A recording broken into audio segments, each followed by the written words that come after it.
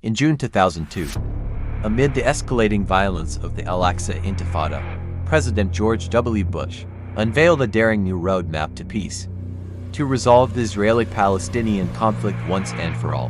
Backed by the Quartet US, Russia, EU, UN, it laid out an ambitious three-phase plan culminating in a final comprehensive agreement by 2005 to establish an independent Palestinian state, living side by side with Israel.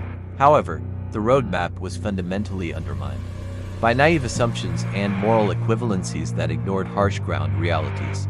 Bush framed the conflict as a dispute over occupation, with both sides equally culpable for the lack of progress.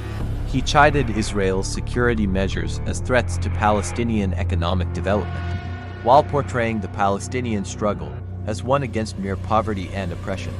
This obfuscated the ideological roots of Palestinian rejectionism and the relentless jihadist campaign to destroy Israel through terrorism. The plan's first phase relied on the Palestinian leadership issuing an unequivocal statement against violence and dismantling terrorist infrastructure. Yet by equating defensive Israeli actions with Palestinian terrorism, it revealed a disturbing moral blindness.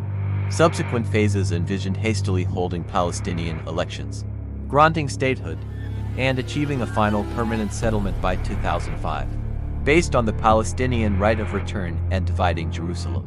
Throughout, Bush struck an overly optimistic, even romanticized, tone about Palestinian aspiration for democracy, prosperity, and freedom. He naively called on the values of morality, learning, and tolerance in the Muslim world to transform the region.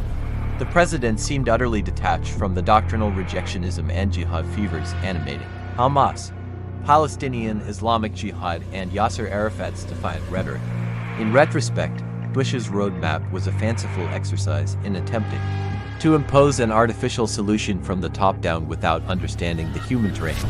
It blindly raised Palestinian hopes with promises it could not keep, while pressuring Israel into risky concessions.